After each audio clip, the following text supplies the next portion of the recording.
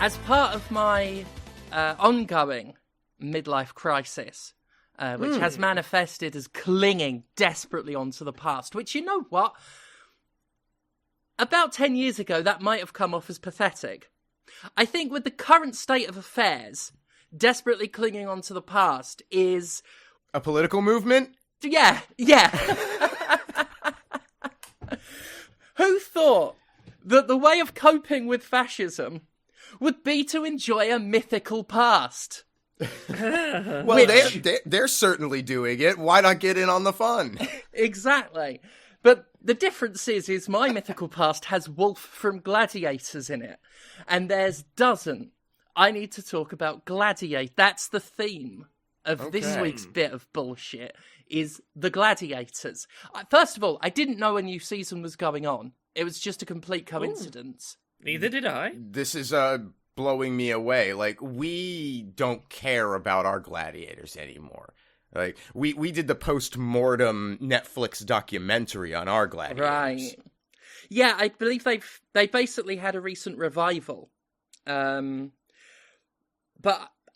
just coincidentally, I was watching old episodes of the 90s UK, because there are two. There's American Gladiators, and then there's the UK one that's just called Gladiators. Now, I haven't seen the American Gladiators, but there are two things that convince me confidently that it is better. God damn it. Amazon Prime is doing an American version because yours got popular again. Of course. Of course. Well, I don't think they're going to top the UK Gladiators theme, which I said to you, Conrad. I thought it might be fun if we play a little bit of it on the podcast. Yeah. Because the American Gladiators theme, that's what I know about it.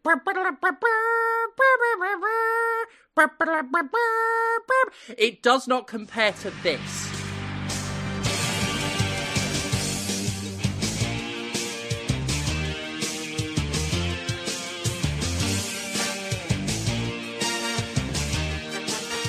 I have had that theme stuck in my head for the past week.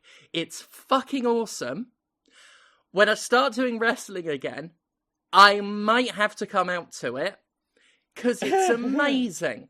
The other takeaway is that as a British wrestler, and as someone who has wrestled as a heel, and I consider myself a great heel, there will be no heel greater in this country than Wolf from Gladiators. He's awesome. I'm watching season 3. He's shit. He is actually shit. He does not catch people. He does not hit people with the ball gun. He has failed all season, and yet, with the exception of Jet, who everyone loved Jet, Wolf is the most over guy there. Kids on the playground love him. People love booing him. I've reached the point of the show where they've started playing Who's Afraid of the Big Bad Wolf, and he's, stop it! That's not funny! He's barged in front of the cheerleaders to start, he's just pushed cheerleaders out the way to start, whooping and hollering in front of them. He's awesome. If you are not from the UK, first of all, if you're from the UK, you will know who Wolf is. If you are not from the UK, please look up Wolf from Gladiators. He's amazing, and I think it's a genuine tragedy that he didn't get involved in the British wrestling scene. Just this little guy. He looks like Old Man Logan if Old Man Logan was old. He pulls it off. Also, fun video game related fact about Wolf from Gladiators. He was the model on the front cover and the poster of the controversial marketing campaign for Barbarian, the old Spectrum Commodore 64 era game, a one-on-one fighter that by today's standards is absolutely fucking shit, but was praised at the time. Controversial was the poster because, as well as Wolf looking all muscular with his loincloth, there was a very scantily clad lady at his feet, because of course she is, and at the time absolutely pilloried. How dare she only wear a thin triangle over the nipple? How dare she? Game also sort of criticised for its violence at the time because it had an beheading TM, which, when you look back at what shocked people in games, it's really quite quaint. But yeah, the other takeaway from watching Gladiators is fucking hell, that shit was dangerous. As someone, as someone who is trained to fall over properly, and as someone, you know, of advanced years with chronic pain issues and lingering injuries, I'm looking at some of this shit thinking, you fucking tools. Oh, yeah. It really did convince a generation a very thin layer of foam will save you from any injury. Yeah, like, I'm looking at it and I'm like, okay, you've got a big balloon thing, you've got padding. That doesn't save you from neck trauma. It doesn't matter how soft the ground is. If you land on your neck, you've landed on your fucking neck. That is actually what got Jet, Nation's sweetheart, on the worst game of all time, The Pyramid, which every time it comes on during my rewatch, I wince. The Pyramid is a series of steps arranged in a pyramid fashion, of course, made of, I want to say, 2 to 2.5 foot tall blocks in a step formation. The challengers have to get to the top. The gladiators are about halfway up and tackle them off of it. Yeah. It is some of the most reckless fucking shit I've ever seen. And I've watched I've been in pro wrestling matches, in hardcore ones. I've gone through a door and I'm looking at that thinking, you fucking fools. I'm pretty convinced that every layer of that pyramid is a wooden box with, like, one of those school PE mats just wrapped over it. Like, I don't think it's anything more than that. And the thing is, I'm looking at it, and look, I'm no health and safety expert, but if anything, the amount of foam they've put on it is actually more dangerous than if it had been a lot less spongy. Because it is spongy. It is not staying stable, you're right, as they put their feet on it. It's asking for broken ankles, for tripping. Yeah. And yeah, that was the event that got Jet, I believe. I don't think it was on a televised one, but she took a bad fall on her neck. She said she felt it like she heard it snap. Ugh. Yikes. Yeah, and I believe that was it. Like, she from what I know, she wasn't like seriously, grievously injured off the back of it. But I think that put paid to a lot of it. Certainly not one of the games they brought back. They did bring back, from what I've heard, the big metal hamster balls that they throw people in. Oh, God. That has been likened really? on... Well, apparently. I don't know if they've done anything to make it more safe, but watching Season 3 from back in the day, they were comparing the meshing to razors. Like, they were getting cut up in there. And, like, getting stability for your feet is so difficult on that because it's just rods. Like, I understand being able to move yourself forward by sort of climbing on it, but your feet, you're gonna, oh my God, you're gonna break an ankle. Your foot's gonna slide through one of those and you're gonna break a fucking ankle. Yeah. Yeah. There's so much dangerous shit. Like, that Netflix documentary, I swear to God, like, you would be horrified at how they threw together the pilot. I'm sure it's worse. I'm sure the American one is worse. Like, because you take the recklessness of the UK one and apply it to the lawlessness of America. And I'm sure that documentary is harrowing. I was looking up some controversies from the UK one. Mostly they were just drunk a lot while they did it. I really like the gladiators themselves, though. Like, everyone remembers Wolf. Everyone remembers Jet. Jet really is gorgeous. Like, for all the way, like, it was culturally, like, known that she was attractive, she is stunning and gay, which makes me laugh at the amount of men that thirsted over her. But Shadow, that's another one I want y'all to look up, listeners. Shadow. He's got the scary eyes, and for 2.5 seasons he was undefeated in the big cotton bud hitting one, which, again, fucking reckless when you look at it. Oh, God, the joust. It wouldn't be so bad if for the sake of spectacle, the jumps weren't, like, the falls weren't so high up. That's what's doing it, because the longer it takes you to fall, the more chance there is for something to go wrong. I realise it's less of a spectacle to not have them fall 20 fucking foot, but again, a big airbag at the bottom is not going to protect you if you rotate wrong and land badly. But Shadow, fucking cool. He is the most stoic man in the world. Really like him. Yes, that's what I've been doing anyway. Apparently Wolf wanted to host and, like, applied to be the host of the new series and got turned down. And his son applied to be a competitor and to be one of the gladiators and did not make the cut. That's a shame. That's a genuine shame. Like, Wolf should be involved. Like, I can't tell you, if you weren't, like, a British kid in the 90s, I can't tell you what a cultural phenomenon Gladiators was. Like, it was huge. Yeah. Oh, yeah. Huge 14 million viewers season 2 got. Wolf was everywhere. Like, he was the nation's heel. And he doesn't even do all that much. He just says, shut up! And the crowd eat it to pieces. Everyone, even if you didn't watch it, you knew who Wolf was. It was a massive thing, and Wolf was... It was Wolf and Jet. Like, to do a revival and just not have them involved at all, if they want to be, feels criminal to me. It really would be like celebrating, like, the WWE Attitude Era and not having The Rock. It's genuinely on that level to not have Wolf involved in the Gladiators. But yeah, I do recommend people look him up, because he is hilarious. He doesn't even do all that much, but he just sells it perfectly. Perfect heel heat. He knows exactly how to command a crowd with just staring at them angrily. And failing all the time, and yet still being perceived by kids as one of the coolest men that ever there was. An inspiration, I think. So yeah, good stuff. I'm surprised at how into it I've gotten, but I did love it as a kid. Everyone did. Everyone loved Gladiators.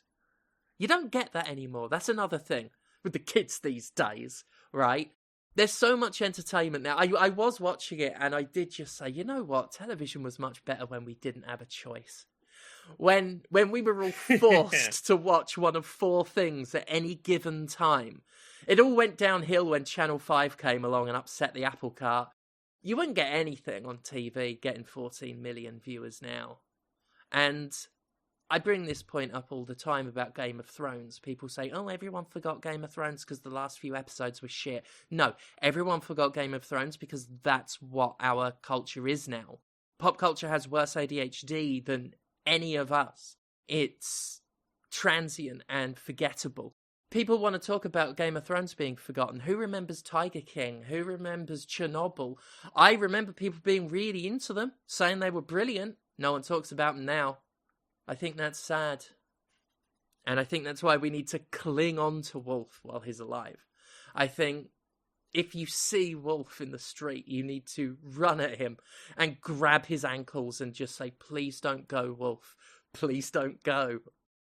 I'm going to grab the reins and I'm going to pull us over to Podquisition, because we're about 15 minutes in. Usually I'd have grabbed the reins sooner than now. I'll be honest, we started recording and then I got more updates on that company that's 3 months coming up on 4 months late on not paying me, not paying me. Oh, it's at least another month okay. And some bullshit going on there. But I'm back, I'm paying attention, I've got the reins. It allowed me to get my political message across, my pro-wolf stance. So I'm okay with that. It did allow you to go unchallenged in talking about gladiators for 15 minutes. Right. You've been unstopped on this day. Everyone felt the power of the gladiators. What a great song. Sorry, that song is so fucking good. No, he's so fucking good. Can you feel the power? So good. It's the thing that guts me about being distracted for 15 minutes. I didn't get to gush about that theme tune. It's a good goddamn theme tune. Oh my god, it's so good. The lyrics are so cringy as well, but it's what makes it so fucking good. Exactly. Right. Yeah. Podquisition. We talk about video games here sometimes. Yes, we do. Who's played some of them? I have played a limited couple of games this week? I've played a pretty big number of games. I've done 2, one of which is magnificent. Well, one of which I think you both will be very interested in hearing about. I'm going to start with one that I can talk about really quickly, and I think both of you will really enjoy. I stumbled upon a little game. It costs £4. It's called Nubby's Number Factory. Excellent.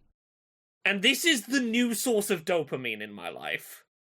This is my new Balatro / Vampire Survivors / I just want numbers to go up and to feel very good about it. Nubby's Number Factory is fundamentally Peggle with power-ups to make numbers go up into the millions. Okay. Its art style is 1994 PC game. Oh my god. Yes, is the best way I can describe the aesthetic, right? The basic idea is you have a grid full of pegs that have numbers on them. The numbers double in value over time. If it's a 1, your ball will just go straight through it and you collect 1 point. If it's a 2 or higher, you'll hit the ball, collect that many points, and it'll halve the value on the ball. So, like, next time you hit it, it's worth half as many. And the idea is you are selecting power-ups with which to more effectively bounce around the points and collect all the points. And if you collect enough points on a given screen, you move on to the next one. The layout of the pegs, once per round, you can just refresh it and get a new layout if it's not a layout that's looking conducive to your setup. But the big thing you're trying to do to get, like, massive points is, let's say you had to get a score of, like, 15 on one of the early levels to progress, and you managed to get a score of 30 or 45 or 60, like multiple times what you needed. That will translate in a couple of ways. It will give you coins that you can spend in the shop for more equipment for your build, but it will also refresh the board that many times before you get your next screen. And the reason that's important is every one of those refreshes where it like clears away the screen and gives you a fresh one increases the value of the numbers on screen. So like if I manage to get like 6 times what I needed on a screen, it'll give me like 6 refreshes where I'm going up like 6 levels of what the numbers on the board are worth. So you're trying to early game find cheesy little ways to like completely get way more than you need to progress a level so that you're getting money to buy more equipment, but also so that like your point values on the board are going up quicker. And then trying to build like a sustainable late game build that will let you get points going up into the millions by, I don't know, reactivating certain points, or every 1.5 seconds a random peg explodes and damages pegs near it, or the first time you launch a ball it duplicates, or the first time a ball makes contact it does an electrical spark in a nearby distance. Combo potential is really fun. Like, they've gotten the feeling right of how to have a game that feels really exploitable, and that, like, basic combos can make you feel like you're breaking the game more than you necessarily are. One of my favorites is there's this little book that every time your character, your ball, you lose a ball, you lose a life, whatever's in your 7th slot will activate twice for every item slot you've left empty. And there is one of the items you can have equipped in that 7th slot that is, when your ball dies, get like 300 points, but then suddenly it's like, oh, I've got 6 empty slots. That's popping off twice per empty slot. That's popping off 12 times. I'm getting thousands of points for doing nothing. Early game, that's more than enough for me to just absolutely be getting money and money and money and money and almost maxing that out early. That strategy is not going to get me far, but it makes me feel really powerful in the early game. God damn, this game is just Peggle, but it's really fucking addictive. It's got its hooks in me already, and I can feel I'm going to lose too much of my life to this in the near future. It looks quite fun. It does. It looks, yeah, it looks like everything you say it is about the dopamine generation and everything. Yeah, that looks cool. It's really simple to get your head around. I will say, there's a couple of its mechanics it doesn't really explain to you as a player up front that I would mention if you try it out. If you buy something to put in your loadout of items, you can buy a second one and put it in the same slot as the first, and it will become a powered-up version of that item, which is not like particularly clearly explained. You can get keys to get special powered-up items. Those can't be forced to re-trigger, which isn't immediately clear. But there is a demo for it, and the demo is pretty sufficient for going, oh, is this hitting the dopamine button for me? I played that demo for like half an hour and instantly went and bought the game and have played like 3 hours of it in the last day. And honestly, when one of you starts talking about something you've played this week, I'm probably going to pick it back up on the Steam Deck. For your reference, Steph, as you're probably going to play this on Steam Deck, it's not designed to be played with a controller. It works fine with a controller. Okay. It might automatically do this for you, or you might need to set it, but basically make the left analog stick be the mouse and your triggers be left and right mouse click. Okay. I've been playing it as a controller setup. It plays great that way, even if that's not officially supported. Fair enough. But yeah, goddamn, go check out Nubby's Number Factory. I think it's going to scratch an itch for you. Yeah, it's very cute looking. I'm definitely checking that one out. Yeah, I don't have a huge amount to say about it other than it's good. Go try it. It's like £4. What about either of you? Tell me about something you've played. You go ahead, Steph. Tell us about the thing that's going to make us all happy. Oh, it won't make you happy. Oh. How do I begin to describe this one? So it's called Centum. Centum. It's a point-and-click game with, I would say, strong horror elements. It takes the form of a simulation. You start out on a computer screen, sort of similar to something like, say, Hypnospace Outlaw, something like that. You're on a desktop, and you can dick around with a few things, but there's this program that runs a simulation of you in a prison cell with a judge that is asking you questions, and you have a selection of answers. You don't really know what the context is, but the general idea is the simulation is 3 nights in this cell with a table with some stuff on it and a bed and a rat trap and a hole and a door. It is very limited to start with. There's not a lot to do. You will find a rat with a human head whose eyes are going all over the place and it keeps drooling. Eventually, you'll strike up a conversation with that. As you progress, other things happen. And I got to be really careful because I don't want to give too much away, but a lot of stomach churning imagery occurs. I mean, the trailer alone is it's definitely pointing in that direction. Yeah. It is bleak. It is unsettling. It is an incredible takedown of generative AI. That's where it sort of really becomes fascinating, is how it is criticizing generative AI in a really disturbing sense. And there is some haunting shit in there, because as you piece together the backstory, you are treated to lurid descriptions of cataclysmic events that haunt me in a way that it reminds me of some historical accounts of horrible historical events that I've read and heard before that have really sort of gotten under my skin. And it opens up as well, because for a while you'll be like, is this it? Like, you'll be in this prison cell doing a sort of Groundhog Day-ing your way through it. It's not long before you get sent by a mysterious person a different version of the simulation that is actually capable of retaining some of the progress you make. So that if you do end up cutting your finger off with the rat trap, kicking the finger into the corner and watering it until it turns into a dead tree, then you can have that saved.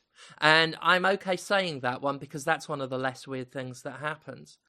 It opens up beyond that. I am now at a point in the game where an entire story involving some sort of facility with experiments on people has occurred that has either left them incredibly scarred, or they were already like different in a horrendous way to begin with.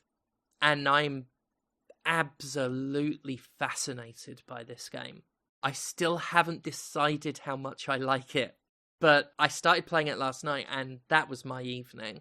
That was it. I was just absorbed into this thing.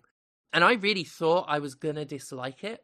Well, I hoped I'd like it. When it started getting really obtuse, I was like, is this going to be one of those things that I just don't quite get? And I get annoyed by how mysterious it is. But even though it does do a lot of that, it gives just enough away, and at times will literally spell things out at just the right time to where you're like, oh, okay, I'm locked in again. And then it'll get weird and obtuse again, and then just as you're like, I don't know where this is going, it will spell out where it is, and you're like, ah, okay. Yeah, there is something just wonderful about this thing. It is fucking weird, fucking disturbing. The sound of it, it's not just the visuals, which again, really twisted body horror stuff. Great as well, by the way. Some of the pixel art, like, there are close-ups of some characters you see, and they're wonderful. The animation is very limited. It's very evocative of like a 90s point and click at times. But then when it comes close to, like, shows a character in profile up close, the artwork is gorgeous. The sound effects can be unsettling.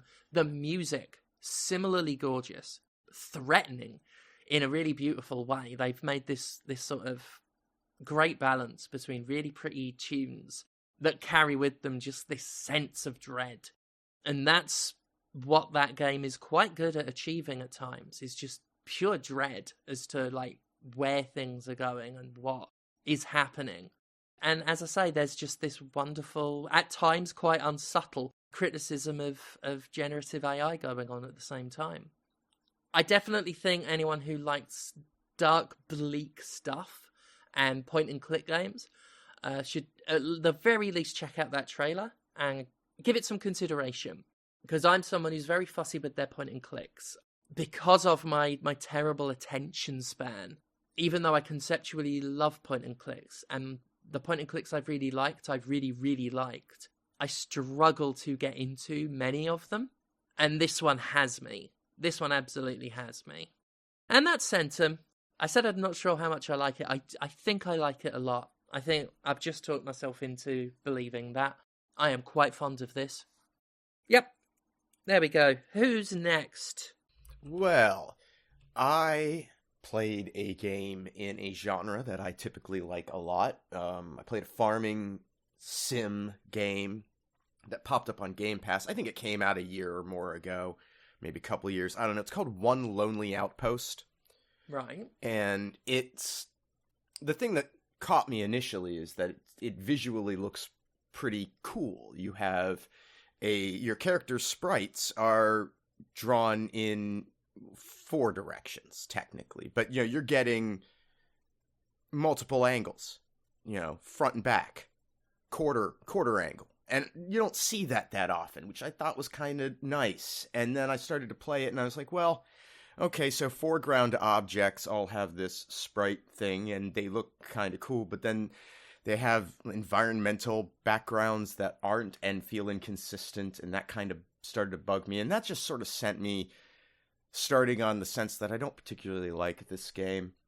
I don't think it's bad, but as a farming sim, its pacing is not great. I was perpetually reaching a point where I can think of nothing else productive to do with my time or energy than advance to the next day.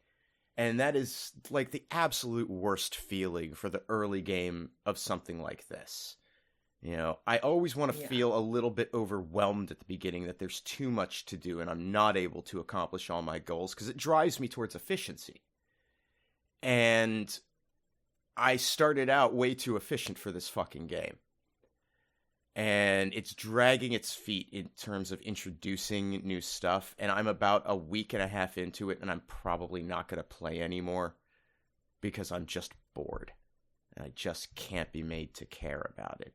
However, if you are interested in a farming sim that has a much more languid pace and has a science fiction setting that's kind of neat, and clearly the corporation that sent you doesn't care about you, and I'm sure that's going to be satisfying in some respect, but for God's sake, like, if you're making your game about loneliness on an outpost, I understand the impulse to make it as limited and boring as possible so that you can really carry that across, but you did too good a job. I was just bored. And the difference between me and the character in the game is that I can turn the game off. I mean, I guess the character in the game. Never mind, we're not going there. That's just getting too dark. But yeah, One Lonely Outpost can continue being alone and far from me. Weirdly enough, I have a game that I want to talk about in very similar terms this week, but on a more positive end that I think pulls off the thing you're talking about better. Good. I put a good chunk of hours into playing Wanderstop, which I talked about this a little while ago. This is the game where you're playing as someone who was this sort of unbeatable warrior and then started losing and couldn't sort of fight their way back up and ends up working in a magical tea shop in the woods. And the game is out now, and I have played a good chunk of it. And what I have to tell you is this is fundamentally a game about absolutely overworking yourself at your passion to the point of such severe burnout that you physically cannot do the thing you love anymore. Sold. And the agonizing pain of being told that you just need to slow the fuck down for a minute and recover, and not wanting to do that. Adding it to the cart. Yeah, and like, look, narratively, I think it is fucking fantastic. I think this game does a great job of capturing the feelings inherent in, I know you're probably right, person telling me that I need to just take a break and reset and let my nervous system get back to like a baseline. Like, I can't just brute force my way through burnout. But all I want to do is get back to working, and it frustrates me that I can't be productive right now. I can't make my period of relaxing and calming down be productive. And I'm vibrating against the edges of that. And the way that is manifested is you wake up in this sort of magical foresty area, and maybe time's a little uncertain as to how it works there.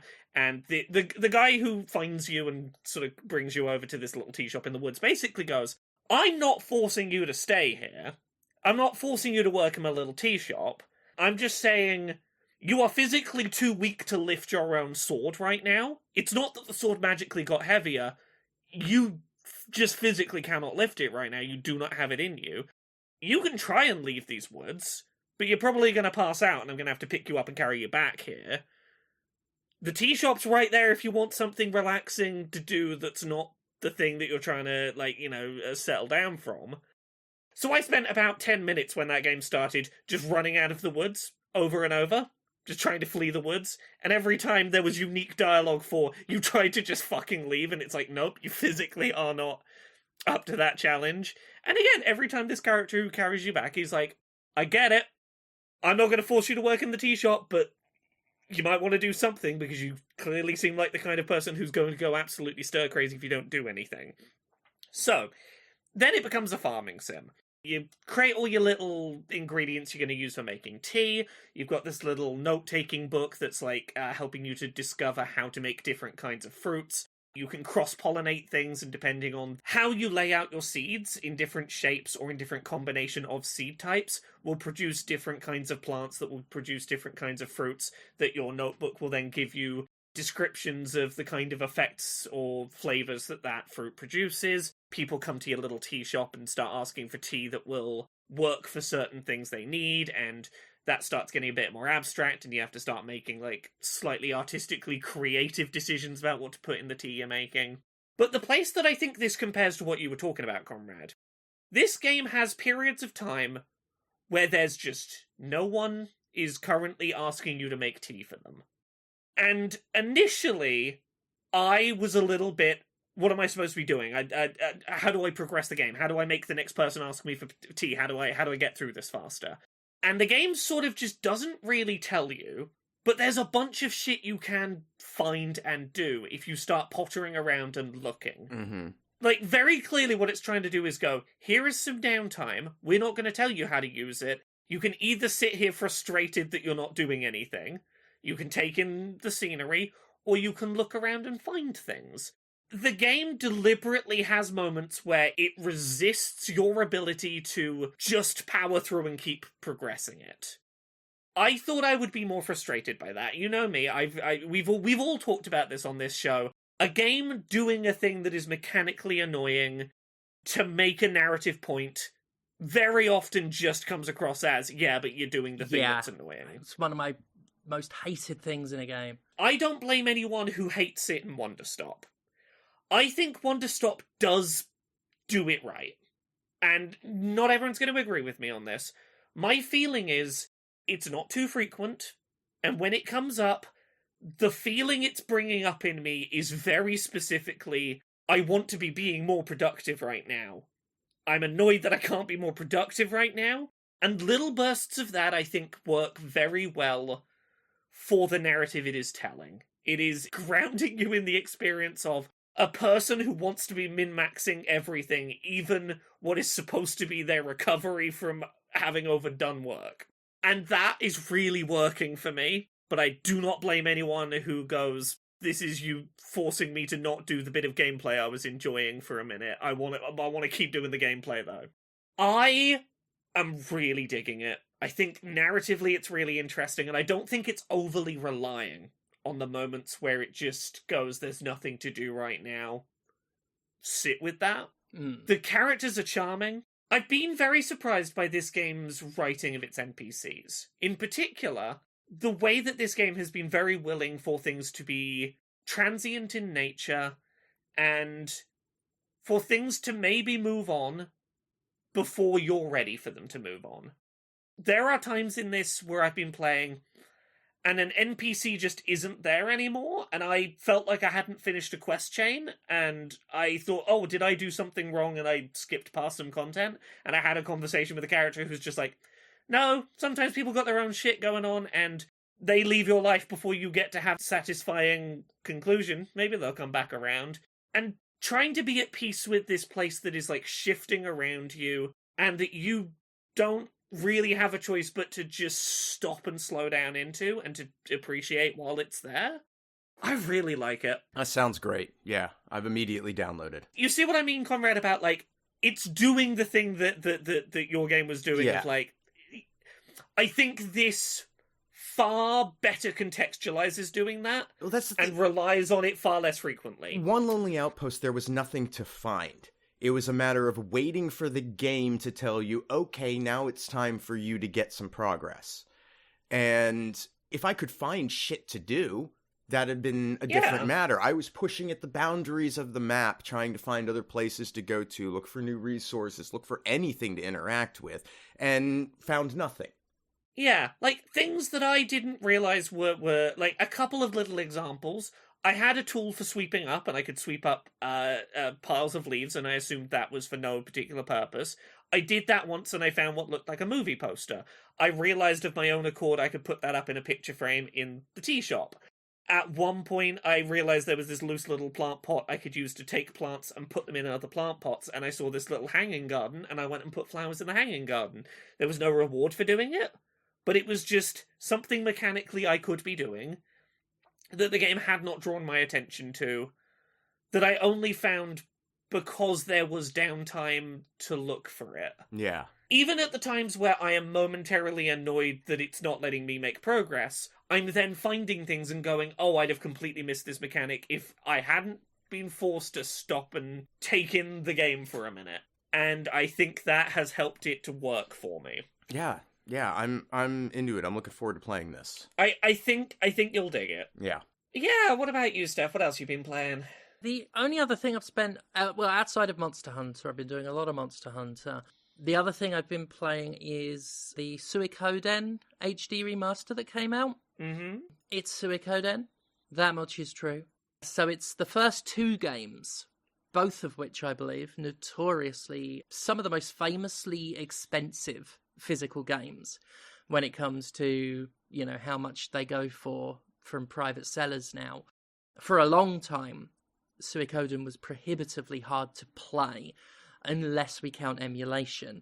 And what a great case for emulation Suikoden is. With the HD remaster, philosophically, anything that kind of... It really upsets me what we've done to each other. I did a video on this years ago. Just how much we gouge each other on stuff. To the point where it doesn't even sell. Like, I look at so many things on eBay that are priced to what people think they should go for based on their age and how many times they've written rare in the listing. And it never sells, it stays up there forever.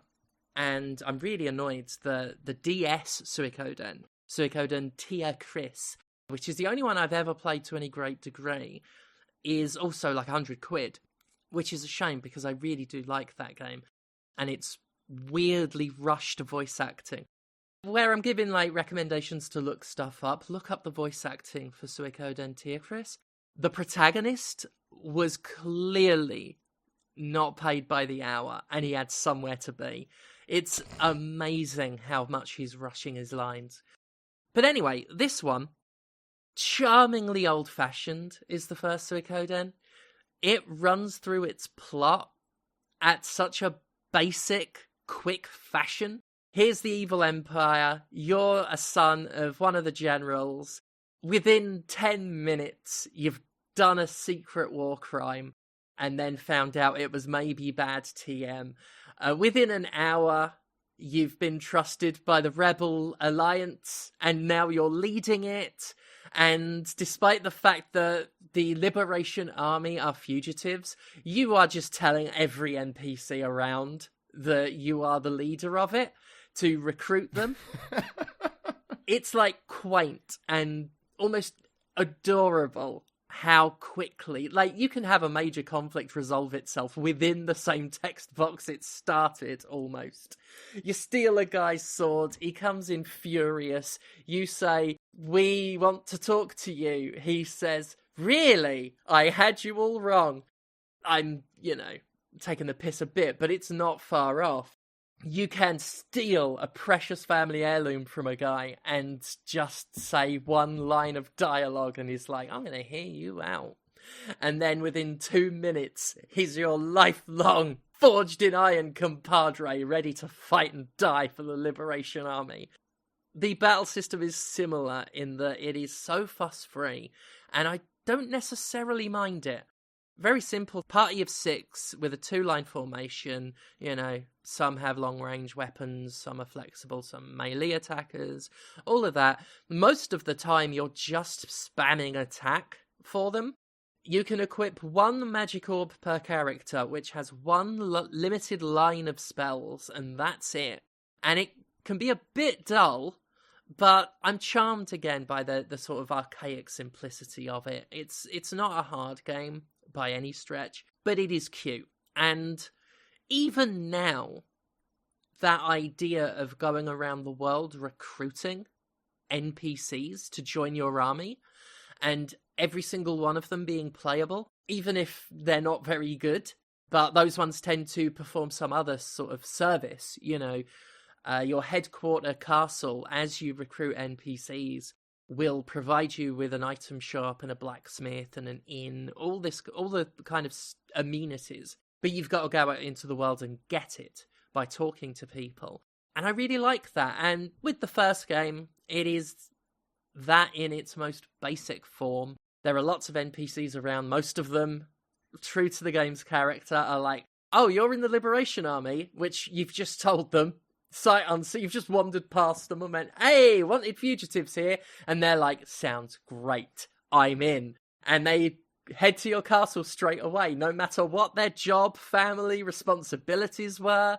I'd love it if a game explored that element of it, of people just almost doing fucking Majima in that Yakuza game that you've talked about the past couple of weeks, Laura. It's like that. Like, I don't even care about the plot. I'm just going to up sticks and leave my life behind and live in a castle now, thanks. Yeah, it's cute. I've not done the sequel yet, which I do know expands out a lot of stuff. Where this is a letdown is as a remaster. Now, it is missing shit that I think we should come to expect as a sort of standard for this kind of stuff. You have the ability to speed up the battles. Mm-hmm. That's it. That's it. There is no other sort of mod con. There is no quality of life beyond that. The auto battle isn't even very good because they all attack at random. It doesn't take long for enemy formations to come in packs of 6 as well. And when they're all attacking at random and not efficiently, the game becomes actually way harder than it should be because, like I say, it's not a hard game. But if you auto-battled the whole time, ironically, you'd struggle. no way to speed up getting across the barren world map. It is really slow. The only way to speed it up is something that was already in the game to begin with. You've got to sacrifice a party slot to have the character Stallion, whose whole gimmick is he zips around super fast like Billy Whiz. He's also an obnoxious twat, so it's a loss. But, you know, that's the only way of doing it. There is no way to speed stuff up outside of battles. And even then, the speeding up in battles speeds up the music as well, which we don't really see in games because it's strange and it's not very pleasant.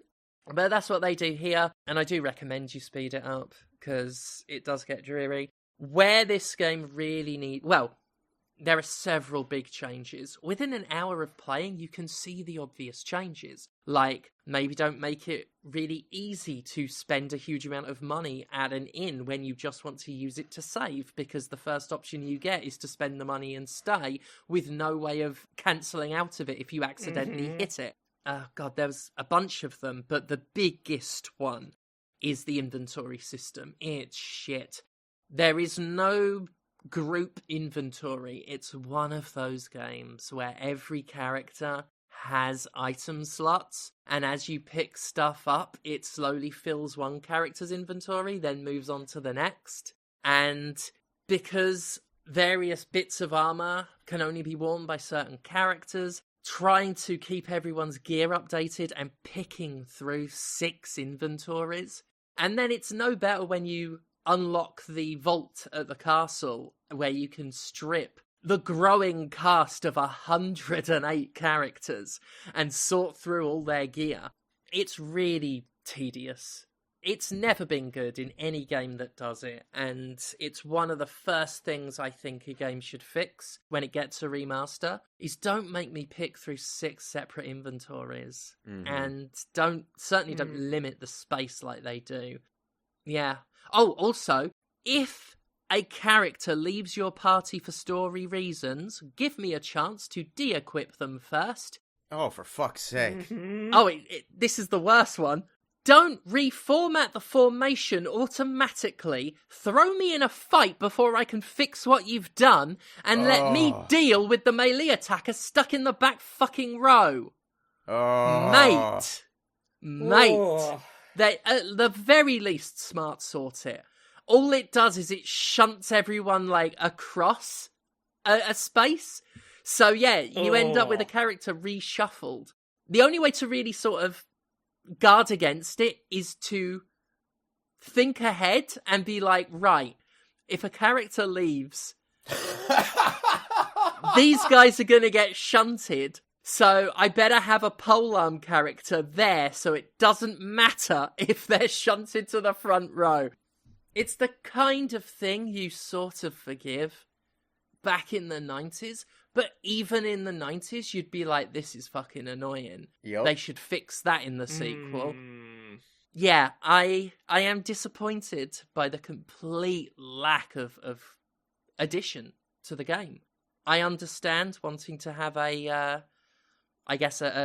true-to-life experience, an authentic, shall we say, experience.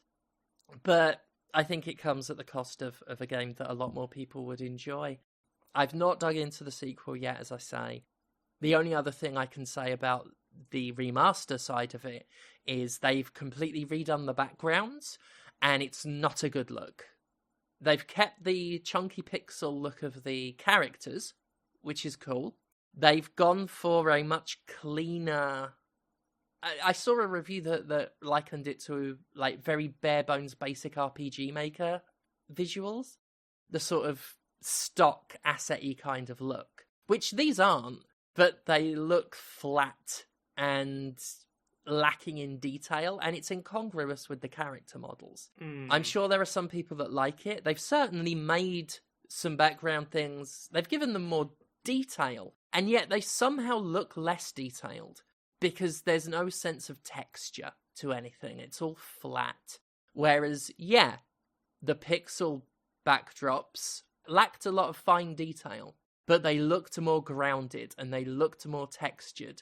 And I'll take that over being able to see a face drawn on a statue on a town fountain.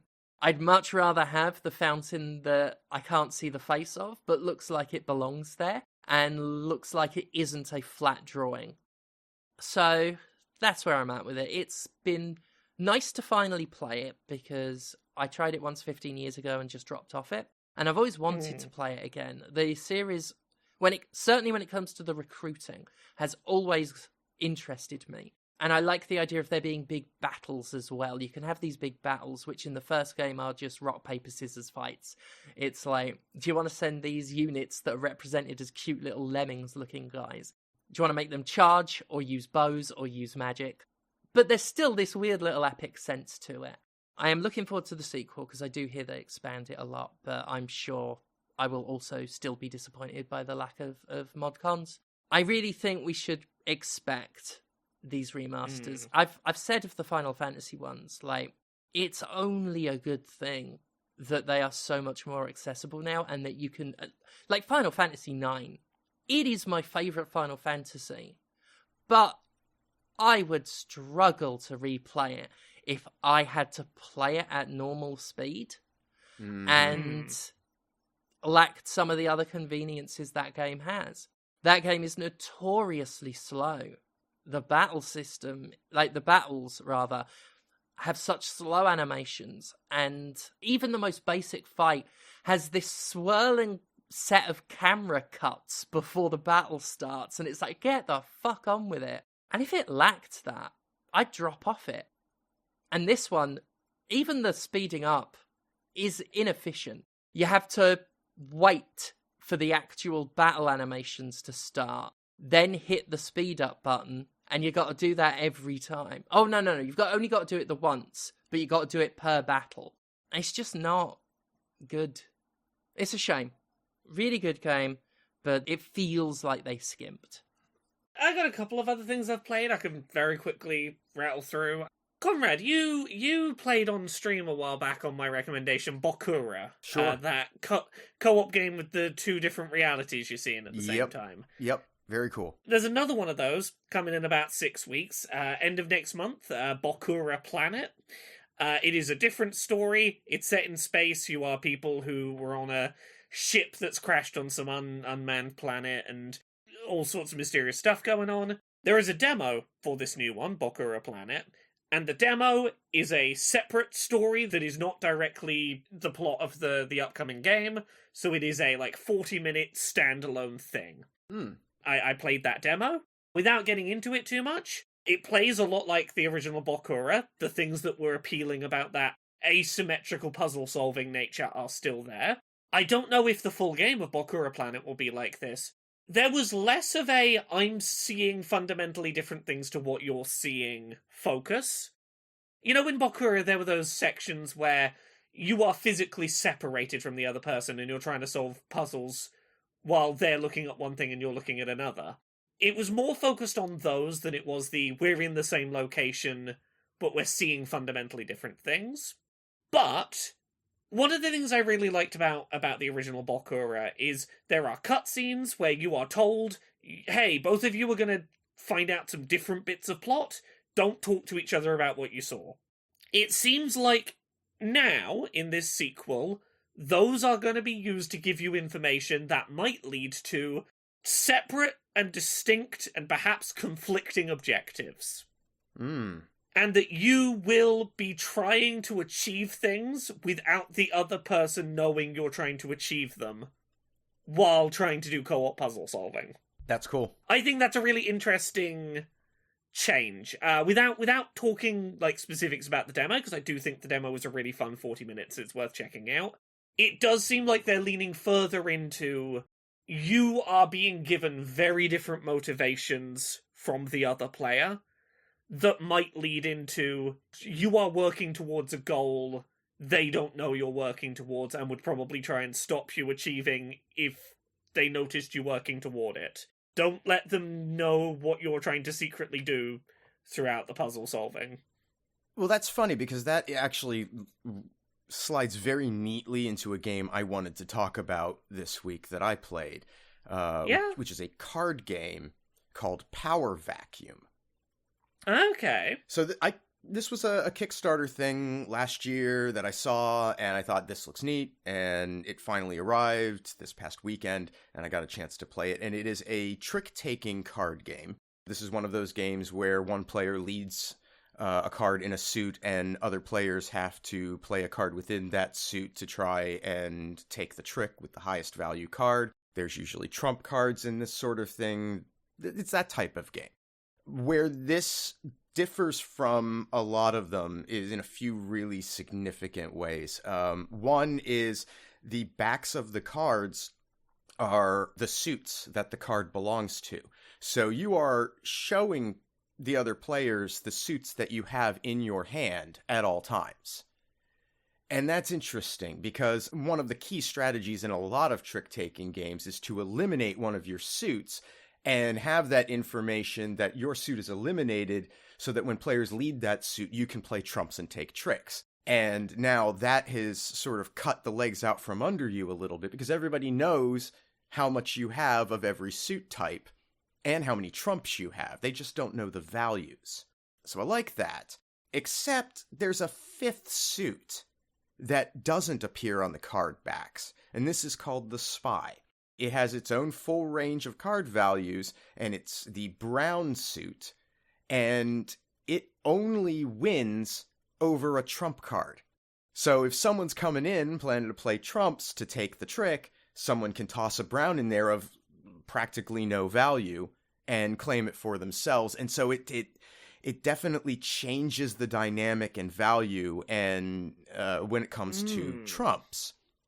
So in addition to this card play system of taking tricks and scoring points for the tricks you take, first off, you can alternately choose to keep one of the cards that was played and save it for your next hand instead of taking the point, which is a really interesting strategic choice. Yeah. And then in addition to that, after every trick is played, whoever played the lowest value card then does some manipulation on a board that's in the center of the table.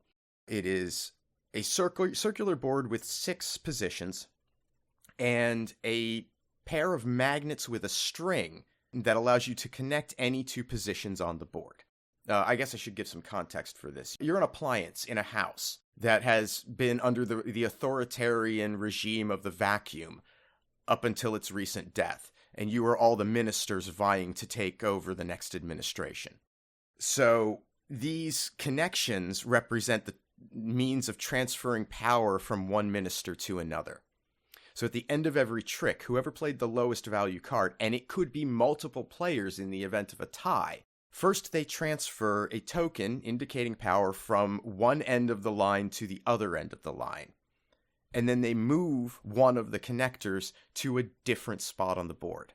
So after every trick, this power imbalance shifts around the board, and every player has a hidden agenda that they seek to achieve, where one of the appliances is at the top and one of the appliances is at the bottom. You have this card, and it can go, depending on how you choose to play it, what position you play it in. One of the 2 appliances is the top, one of the 2 is at the bottom, so you get to make that decision when you play it. And when you play it is significant. You get to play it before you play your card in a trick. Revealing your agenda then tells everybody else who's playing what you're trying to accomplish with your board movements. But that has advantages in that there could be other players that are seeking to do the same thing. And you can set up a bit of an alliance with them ad hoc in the moment. Also, when you lay it out, determines how many points you get for each thing that you get right. You'll get, if you do it at the very beginning of the round and you manage to get one of these 2 choices correct, you'll get 8 points for it. And that is a significant amount. If you do not reveal up to a certain point, you can no longer reveal it, and you have to get both to score any of these points. But it can be done, and everybody is going to be eyeing you with suspicion the entire time you move the board, because they don't know what you're still holding. It is such a simple-to-play, trick-taking card game that has a lot of emergent strategy. that comes through. And it has rules for solo play as well. You can compete against 2 automated opponents, and that works really well. That's a cool system. It even plays well with 2 people, which is unusual for a trick-taking game. But these other mechanics that are in there introduce enough elements that it's still strategically challenging to figure out what your opponent might be up to, even though there's only one of them. And even though there's maybe less chaos going on in the board caused by other players, it's still present. There's still enough elements to keep you guessing. I really like Power Vacuum. I suggest people who like trick-taking card games to give that a look. I don't know when it's going to be, like, broadly available, but I expect that it will be. It's very, very cool. And I think people should play this. Nice. I got one other thing I played this week that I want to talk about a bit if we got time. I played through Split Fiction, which is the new game from Hazelight Studios. This is the A Way Out, It Takes Two developers that make their split-screeny co-op games. And I really like this one, despite the fact there is some absolute some lunacy around it. So the short version, the plot of this game is the most generic white man possible has invented a device he will only ever refer to as the Machine. 2 women have been trying to get published, they're trying to get books published for various reasons, and they get invited to this man who claims to be a book publisher, and he's like, oh yeah, I will publish your books, but first, put on these weird cyber suits and go float in my strange orbs near the Machine. I promise this is relevant to book publishing. Don't question it. The Machine, as it turns out, is nebulously just a man deciding he wants to power the next ChatGPT by directly siphoning the creativity out of authors' brains. He's gonna literally harvest their brains to be the data set for AI large language models or whatever. Up front with it. I like that. Well, he's not up front with it, but I mean, the game, he, like, nice and up front with it. I'm in yeah, favour. the game is nice and up front about it. It's very clearly this man with no creative ideas of his own thinks that his revolutionary idea is, what if I stole every bit of creativity that people more creative than me had? I do think it's fucking, like, boy, you really know when something's affecting artists. Right? Yeah, right. So the two main characters, they accidentally get stuck in the same VR floaty pod thing, meaning their stories are coming to life, but one of them writes fantasy and one writes sci-fi. How could they ever get along? Look, the characters are a little bit fucking hilarious because they are authors who would never survive as authors in the real world. These are the most weirdly opposed to any genre that isn't their favourite genre human beings I've ever seen. Amazing. Because, like, fundamentally, both of these are people writing, like... They're fanfic writers. You're describing fanfic writers. Yeah, well, it's specifically, like, it's genre fiction. It's the kind of fiction you write for nerds that, like, is not seen as proper literary stuff by the rest of the writing community. You should be in solidarity with each other, but they're like, oh, I only write fantasy. Your book has explosions in it. How rude. Why would you ever write an explosion in a book? Unbelievable human beings. But mechanically, it's a really fucking good game in terms of, like, looking for co-op experiences. It's like 12, 13 hours long. Of all the games this studio has done, this is the most geared toward constantly introducing new gameplay mechanics that are really well fleshed out, that they're willing to have for, like, maybe an hour at most and then throw in the bin and never see again. The last 90 minutes of this game may be the most technologically and visually fascinating thing I've ever seen out of video games. The last 90 minutes of this made me feel the same way that playing Ratchet & Clank Rift Apart at the start of the PS5 generation did, of, like, the opening sequence of that game where you're going through all these portals to different worlds in rapid succession. One of those, like, oh, you're doing some fascinating shit that, like, I don't think you could have done on older hardware. This is really cool to see. Like, the finale of this game is fantastic. Main thing I think is worth shouting out about it is this game has a bunch of side content that's like, hey, pop into a little pocket dimension and play like a 2-minute, like now we're doing cyber surfboarding or something. All of those are made basically impossible to miss if you don't want to miss side content, because either characters will speak up in world and go, oh, there's one of those side stories over there, or if you take a branching path and go away from a bit of side content, they'll say something like, oh, it's a shame we didn't have time to go do that side content. Fucking thank you. Makes it basically impossible to accidentally miss side content. I also really appreciate, for a game that is changing its mechanics as frequently as Split Fiction does, that it is incredibly generous with its checkpointing. The checkpointing is incredibly fucking generous. And for accessibility purposes, if you ever get stuck, there is an option you can turn on to literally just skip forward to the next checkpoint if you're ever stuck on something. And those checkpoints are so frequent, you're really not skipping far forward. Wonderful. Love it. For all of the places where I kind of find the way these authors have been written to be pretty hilarious if you imagine them being real-world authors, it's kind of endearing in a trashy kind of way, and I found myself rooting for these characters very quickly. If nothing else, I think that this game is an incredible showpiece of very quickly establishing new gameplay concepts and having a lot of tricks in the back pocket that don't feel underdeveloped. It is the best one of these that I've played from this studio of, do you just want to play a mechanically creative co-op thing? It is well worth playing, even if some of the narrative is honestly a bit laughable.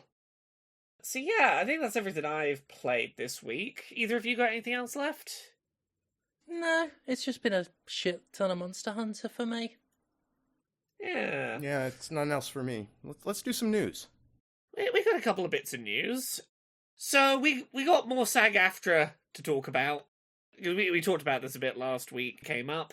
The SAG-AFTRA actors' strike is going to be continuing, as the union has warned of alarming loopholes allowing for AI abuse in the latest proposal. Let me read to you some of the things that apparently are being suggested by the video game developer side of this negotiating at the moment. The union recently submitted a counter to this proposal that diligently addresses all of the loopholes and would result in a contract that offers the minimum protections our members need in order to maintain sustainable careers as video game performers. The bargaining group would have you believe we're close to reaching a deal. This is not the case. They're hoping our members will turn on each other. Allegedly, the video game developer side of the negotiating wants all past performances and any performances that are not within the new contract to be without protections. Anything you've ever done for video game developers in the past, they could use to train AI models. They want actors to not have to be told if their voice is used as AI, that they shouldn't have to be paid anything, and that they should not have any method to dispute their being used as AI in future work. It is also claimed that producers want to use an AI replica to continue an actor's work during a future strike. And if consent is given to AI, producers can refuse to tell performers how it's being used. Monsters. So, yeah. Fucking monsters. Now, to be fair, SAG-AFTRA are saying, you know, the video game side will tell you this is all nonsense and we're actually very close to having a deal that we can all agree on.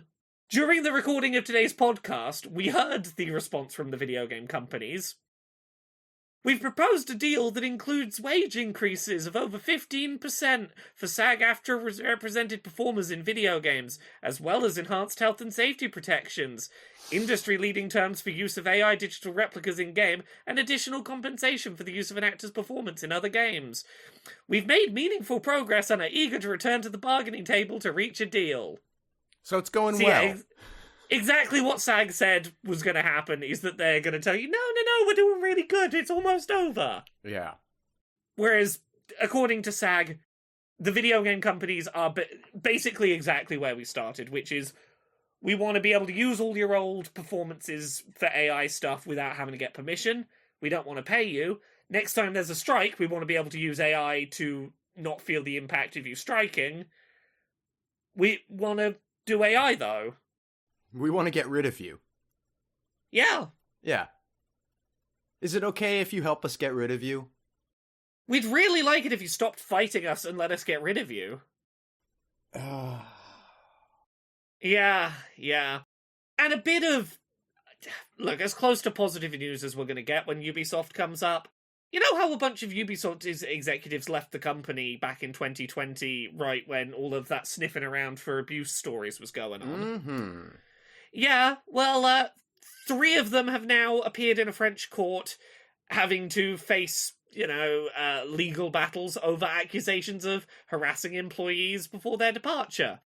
Serge Hascoët, who was previously Chief Creative Officer, and sort of, next in command of Yves Guillemot, the former VP of Editorial and Creative Services, Tommy Francois, and Guillaume Patreau, a game designer and director, are all on trial for claims of sexually and psychologically harassing and humiliating employees during their tenures at the company, up until they either resigned or were dismissed.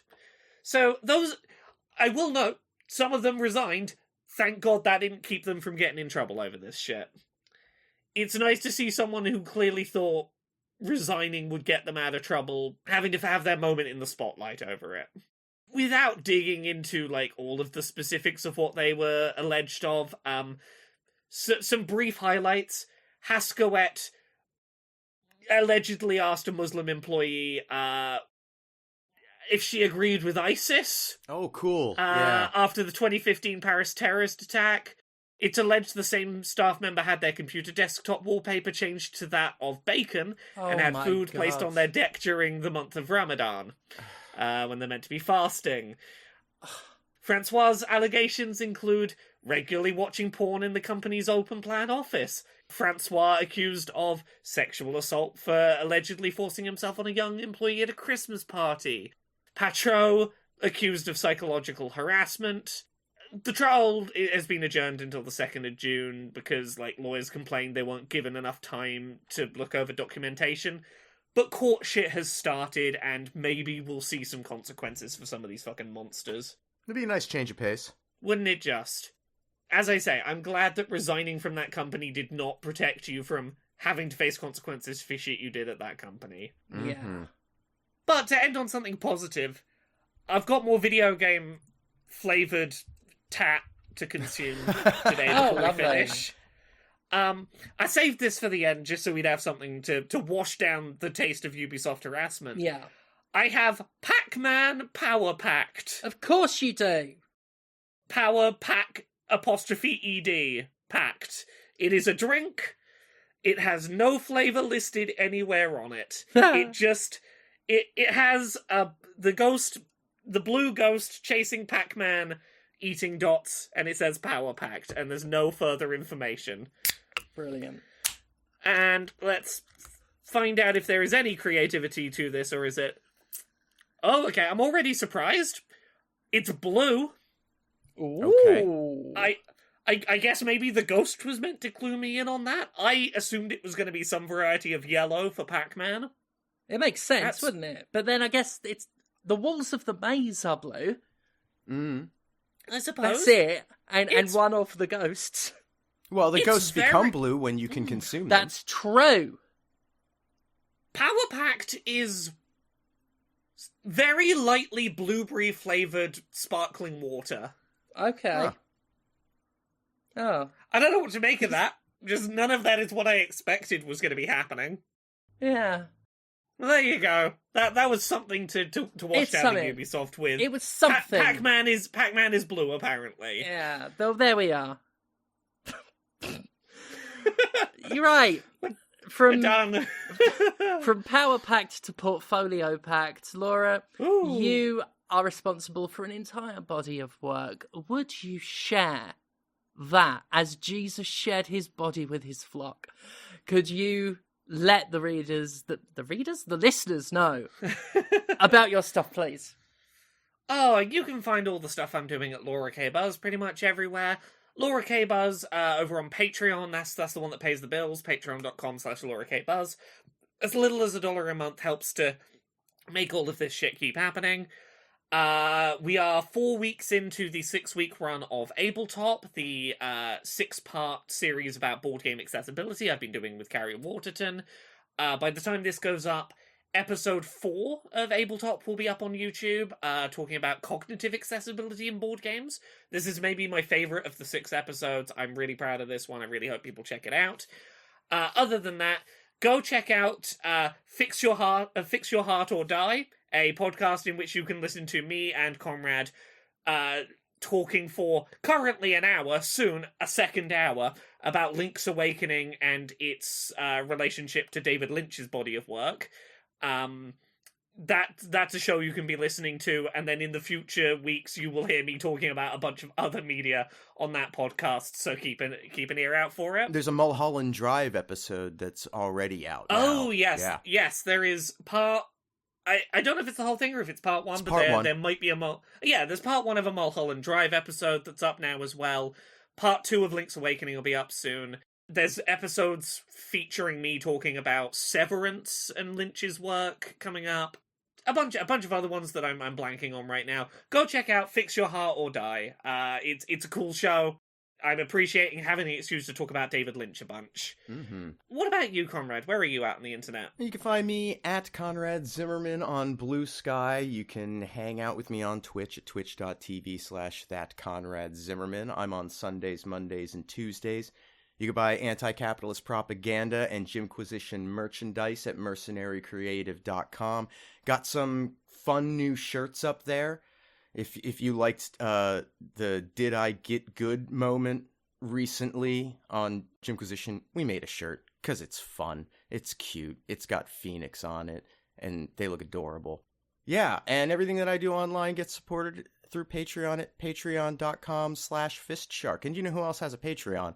Stephanie Sterling. That is true. Patreon.com/Jimquisition, which supports this podcast and the video series and the reviews on thejimquisition.com. There is currently a review of Monster Hunter available for the reading.